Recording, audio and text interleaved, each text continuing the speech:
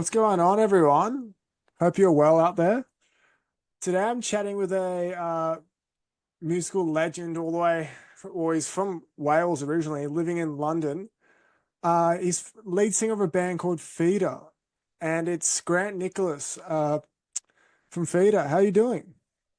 Good. Actually, it's a bit cold in here. It's really dropped in temperature in London.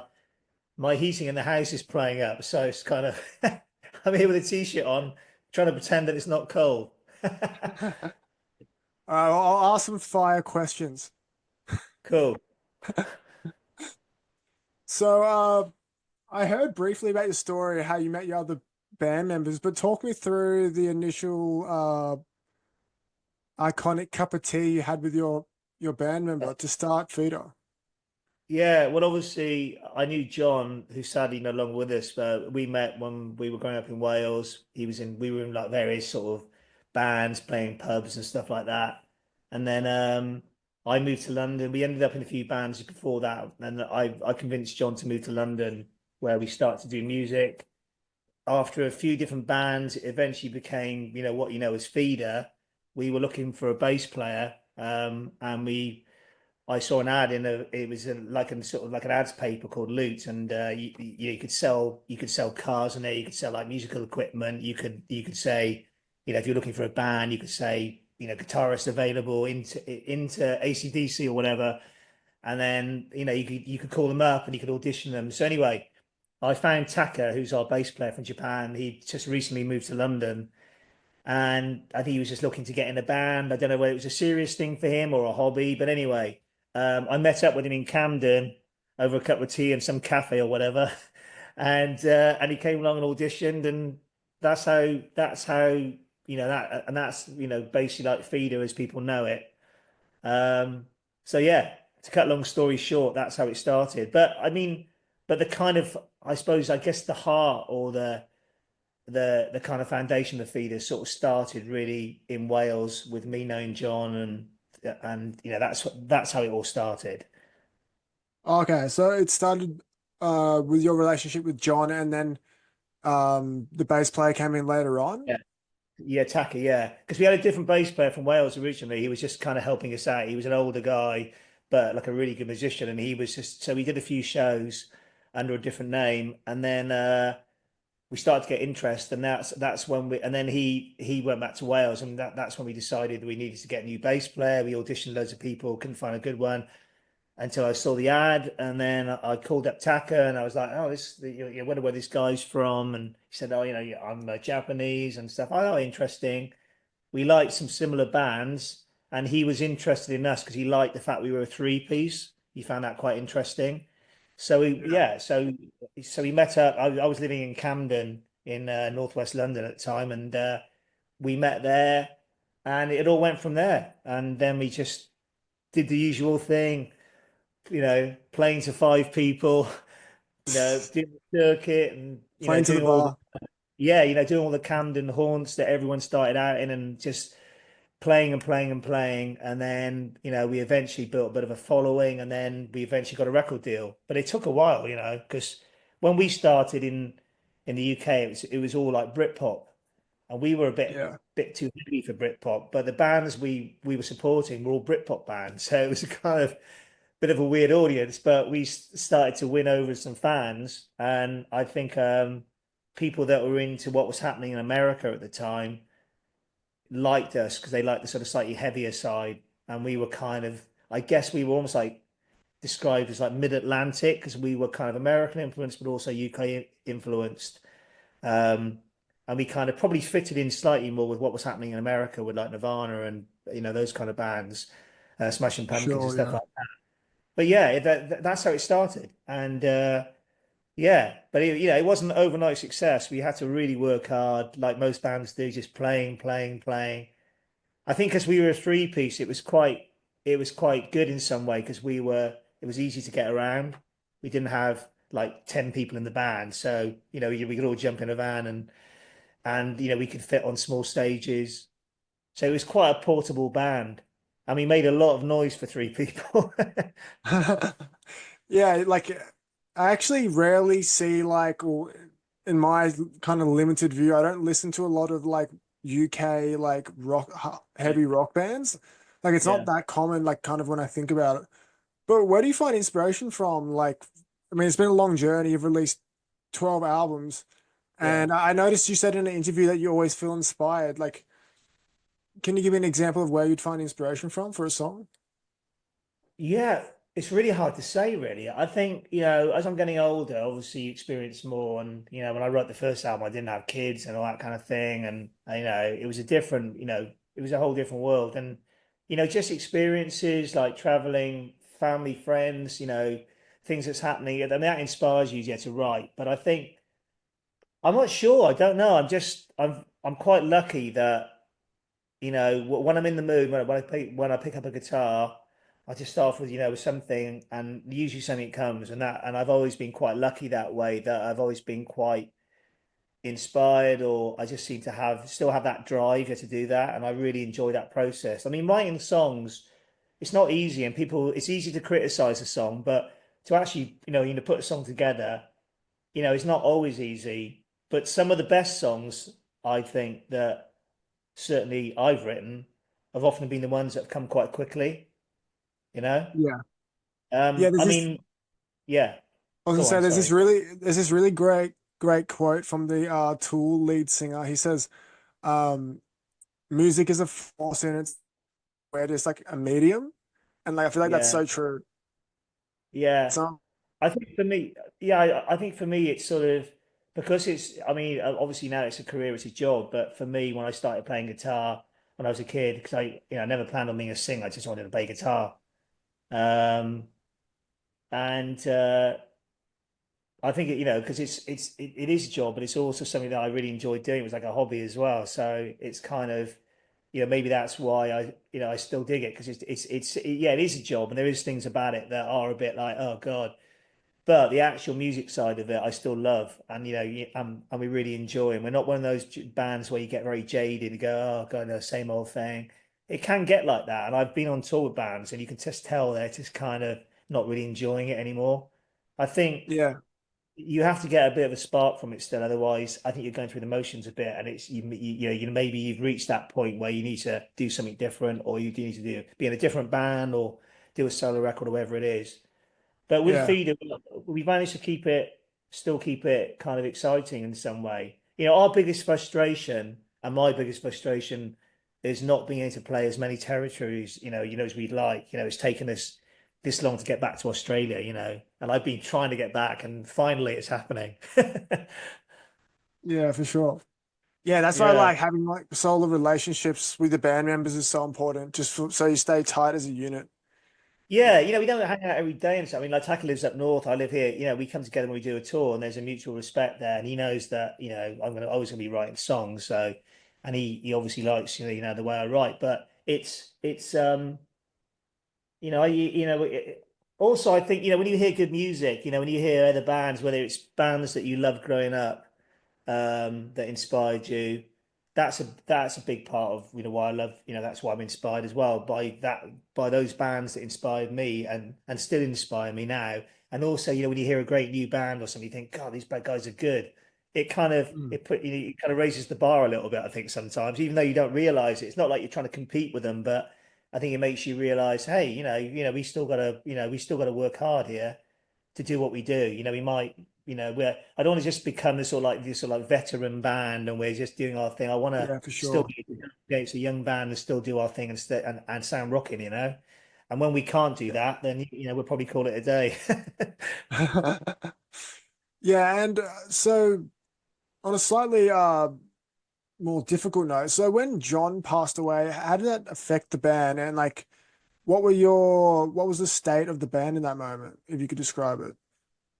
Well, we were doing really well. I mean, it was Echo Park, so it was a kind of commercial record for us. People didn't, it was when Feeder came into the mainstream a bit because we were always like Kerrang, we were championed by a lot of rock magazines like Kerrang and stuff like that. So, and, Metal Hammer and things, which I was surprised because I never thought we were like rock enough to be in those magazines, but they really embraced us and they labeled us like the British Smashing Pumpkins and Yeah, they for said, "Oh, sure. they're like they got these pop melodies, but they still rock." And I think we got described as being like a heavy metal pop band, which I thought was, yeah, I get that. And it was just sort of, so when we were doing Echo Park, it was, we had a couple of songs, obviously, people know us for a song called Buck Rogers. It's not necessarily it doesn't really define what we are as a band, but it became a big hit. It was completely unexpected. I wrote it for another band. We ended up keeping it. It went on to be a really big hit for us, and people suddenly, knew our name. And Yeah. so things were going pretty well for us. It had been a very steady climb, though. People think like, oh, that's a song that broke them, but actually it wasn't. It was a combination of that was our third album. We was just, we were always doing that. It took a while for us. It didn't ever happen overnight. We had to really keep chipping away. We started to do well in America on the first album with a song called High. That did quite well here. Our second album, we had a few top 20s. And then Echo Park came along. We had Buck Rogers. That was a really big hit. So, yeah, we were in a good place. And then John, died. And it was just like, whoa, you know, where do we go from here? Because we were a three piece, live, we were four sometimes by then, but we were, but our heart and our nucleus was a three piece. So he was like the heartbeat of God. It was like, it was like hitting a brick wall. So we didn't know what to do. Um, Mm. and we kind of went off the rails a little bit and took some time out. I didn't see Tucker for a little while. And for some reason, the way I dealt with it was I went to a little studio, which is about 5 minutes walk from where I'm sat now, where I did loads of recording. And I locked myself away in there just, with an engineer who'd worked on a lot of feeder stuff. And I just started to write all these songs. And that became That's amazing. Comfort in Sound. And that became Comfort in Sound, which was our biggest ever selling record. But if I hadn't gone in the studio and done that, I don't know whether we would have carried on. It was just maybe what happened inspired me or pushed me even more as a writer to write about things I hadn't done before, or maybe write not because I mean maybe I wasn't thinking about it as much. Oh, this is a feeder record. I didn't know what it was at the time, and maybe that brought something new to it, and Yeah. maybe that's helped me kind of and helped us as a band to move forward after that. But yeah, it was a horrible time. I mean, like John was a great guy, and he was a really great drummer as well. I'm not just saying that; he was an amazing drummer. Um, so yeah, it's difficult, I think, especially with a three-piece band because you're such a tight little unit. When that drummer's, when the drummer's not there that you started it all off with, it was hard. I Yeah. think because I'm Mm. a writer, I think I was lucky that I could still write. If John had written all the songs and I didn't write anything, then I think that would have been the end of it. So I think I'm sort of lucky that being a songwriter probably helped us, yeah, to enable us, yeah, to carry on. But it's just a different vibe, very different vibe. Yeah. Yeah. Well said. And so the latest double album, Black/Red, was released back in April. That's a part of a trilogy. What? Yeah, well, the album before Torpedo, which is kind of that was going to be a double album. Then I got Cold Feet, and we said, "Oh, let's put this one out, and then we'll see how it goes." And then I had all these other songs, and then wrote another load of songs, and I just thought they felt very connected because some of the tracks we didn't use on Torpedo have ended up on this record, so it felt like it was the same body of work. So I felt like they had to be connected in some way. So we decided to put out Torpedo, which did really well for us. And then let's go for it. We've been a band for 30 years now. I think we can make a double album. I know it's old school. It's crazy in this day and age, but Yeah. with that kind of band, No we one has just the thought, attention span. yeah, we just thought it was different. And we just thought, and the way we did it is I really wanted it to be like two standalone albums almost in their own right. That if you took one CD out, you could hear it and it would sound like a good album, good body of work. And then you had another, part two to it because I didn't want it to just be a double album with, hey, it would have been better if it'd been a single. It's too much filler. I really, really felt like I wanted every song on there to be good and to have a reason to be on there. And I think we achieved that. I mean, certainly from the response from both press and fans, it's gone down so well. It's been a very popular record for us. And because it's got so many songs on there, it still feels like there's a bit more to do with it, before we kind of move on, to the next one. What songs are you most keen to play live? uh, off the album? Oh, I don't know. I mean, I really like the opening song. You've got an intro called Droids, but and then it goes into ELF. It's quite a sort of prog. It's almost a bit prog rocky kind of song, but I really enjoy Yeah. playing that one. I enjoy playing with fire. That's it's a bit nice riffy track, and I quite like some of the more there's a few kind of more poppy elements on there on the album here and there. There's a song called Hey You that was a single here, very different to some of the heavier tracks on there, but that's always a good song to play live. You know what? It's one of those records, you know, they all kind of work live, so it's kind of quite hard sort of like choosing which ones to play in the set.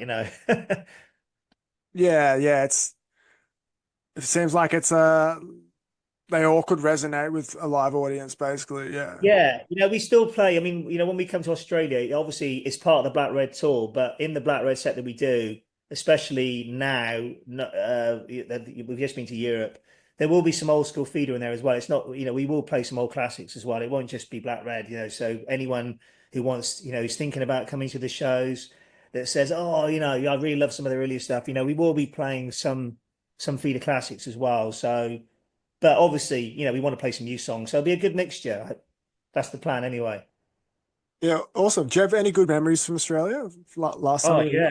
some great memories. Yeah, we had a great time there. Like nice people, good food. It was like great weather. I think the last time we were there, we did the sound. Is it Soundwave Festival? Soundwave, yeah, yeah. Yeah, is that still going?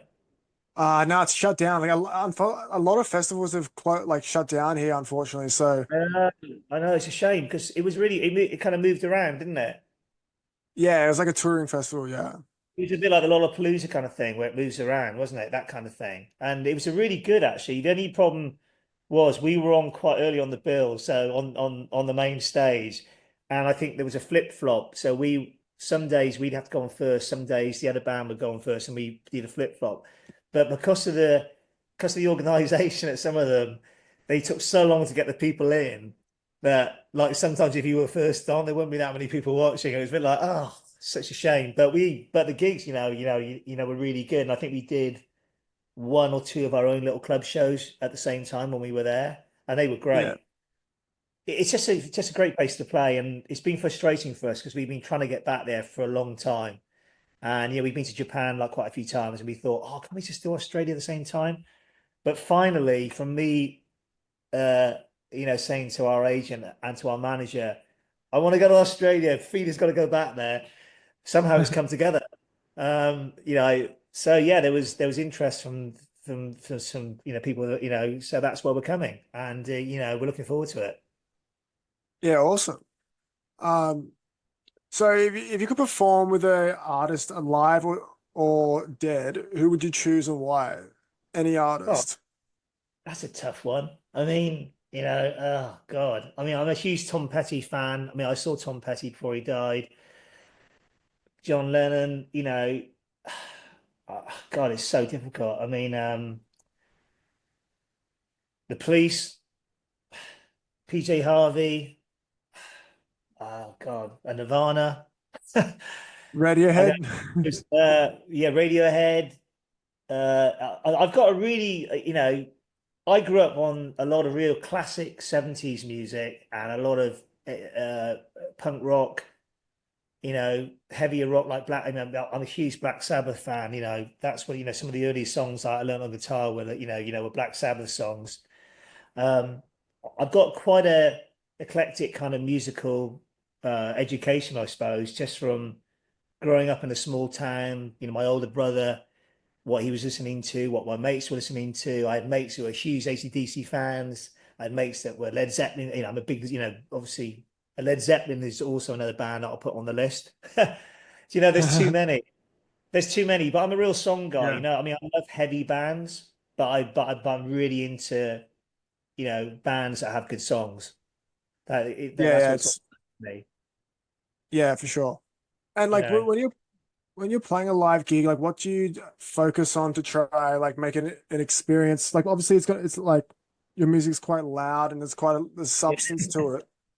But do you focus on anything in particular to try make the show even better than the last band? Yeah, it's hard to say really. It's hard to know because gig. I mean, I'm not like, I'm a sort of guitarist that sings. I never had a burning ambition to be a front man of a band. It just happened kind of naturally because I used to sing a bit and do backing vocals, and then I ended up singing one day and I carried on. But I'm a sort of guitarist, sort of songwriter that sings, and that's kind of how I see myself. And I think Tom Petty was a bit like that as well. I think he ended up being a singer, but I think he was, it's from him being a writer that made him probably end up singing. The same with a lot of Hmm. artists. But I think the most important thing for me is finding a connection with the audience, and whether that's just sort of, to me, that's the most important part. That's when I have the best gigs, is when I know that you're connecting with the audience and they're there with you. And it's quite hard to get that sometimes. Even when you're doing your headline shows, some gigs you don't feel like you're quite connected. Um, and I don't know why that is. It might just be me that feels that way. But when you get that connection and you get that energy, it's just the best thing ever. And so that's what I try and get. I'm not quite sure how it comes together. Sometimes it can be down to what songs you play in the set, what order you play them in. You know, when we're on stage, we try and have a good time, and I think the audience can see that, and I think that often rubs off. So that's kind of how we do it, really. There's no real golden rule that I try and do every night. I think Yeah. the key is to enjoy it. I mean, obviously I'm singing, so I'm concentrating on trying to sing well as well. So that's always a bit more. There's always a bit more pressure on you. I think when you're singing because you wanted to give it your best, and you never quite know how you're going to be every night. The voice is a funny thing, isn't it? You just got to go out there and give it your all. But it's so unpredictable playing live. You never quite know what's going to happen, and especially festivals. You don't get a sound check sometimes, and you just got to get up there and hope you can hear yourself, and you never quite know. Maybe that's what keeps Yeah. it so exciting. That's what keeps it fresh even after all these years. I don't know. I still get that sort of a little bit nervous before I go on stage, so that buzz, and I really love that. As soon as I walk out on stage, I'm fine, but that kind of half an hour before a gig, I'm not the best person to be around. I like to be in my own space. Yeah, interesting. Yeah, because I've heard some musicians say like the more nervous they are, the better. Sometimes it can really like make a live show better. Like, does that make it better Yeah, yeah. for you? I think it can. I think it can. I think you can be so nervous sometimes where some singers get affected by nerves. It can affect your voice sometimes. I think it's all Yeah. kind of like logical sometimes.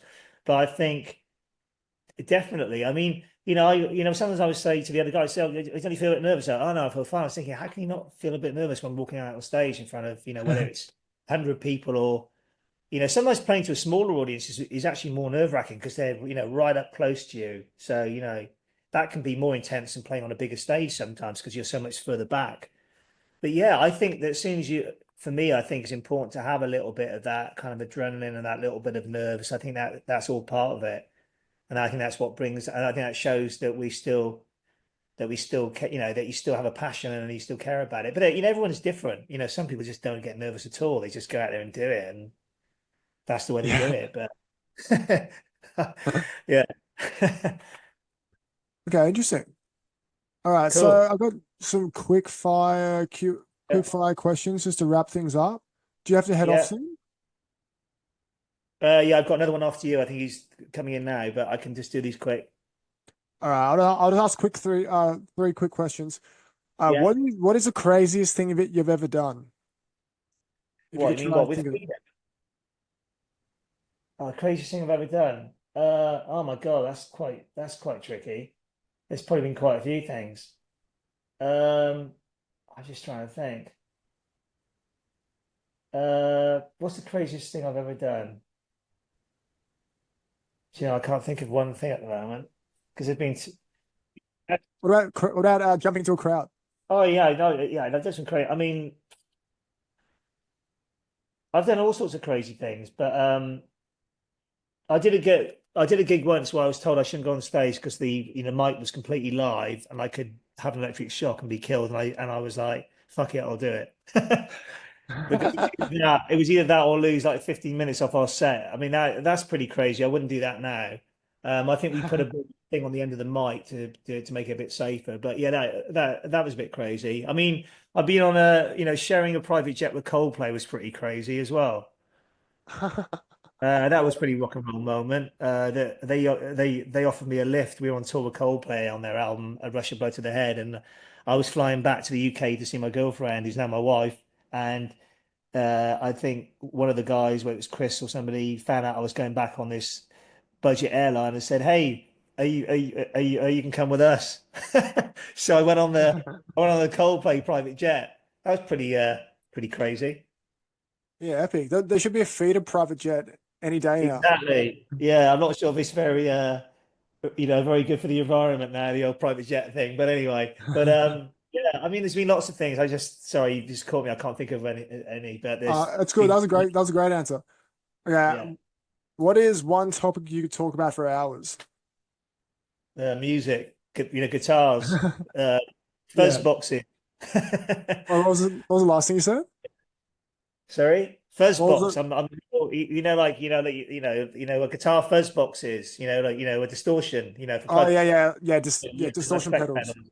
Yeah, I also love cats as well. I'm a big cat. Well, I love animals, cats and dogs, but I've got I love cats. So Burmese cats. Could talk about cats for a while as well. There you go.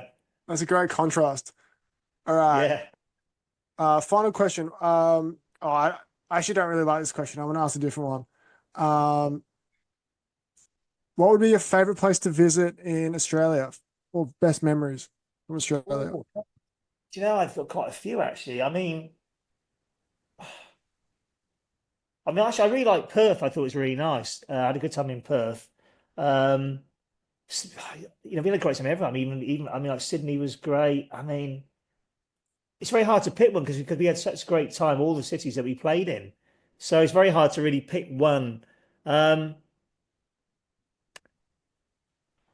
ooh, I like the laid backness of Perth. It was quite nice, but then I like the excitement of Sydney. Oh, I know it's hard. No, that's I'll all go right. with Perth. I'll go with Perth. Just so I've got some good friends here that live there, and I had a bit more. Boo, More. boo. Yeah, yeah. Joke. All right, Sydney it is. Nice, good And where answer. you from? Sydney. Ah, right, okay. All right, Sydney it is then. All right, good man. Well, everybody, go see FEEDER. They're touring Australia in April next year. Uh, Yeah, go see them live. It'll be epic. All right. yeah. Come and see us before we're too old. All right. Peace out, everybody. Take Bye. care, and thank you. Bye.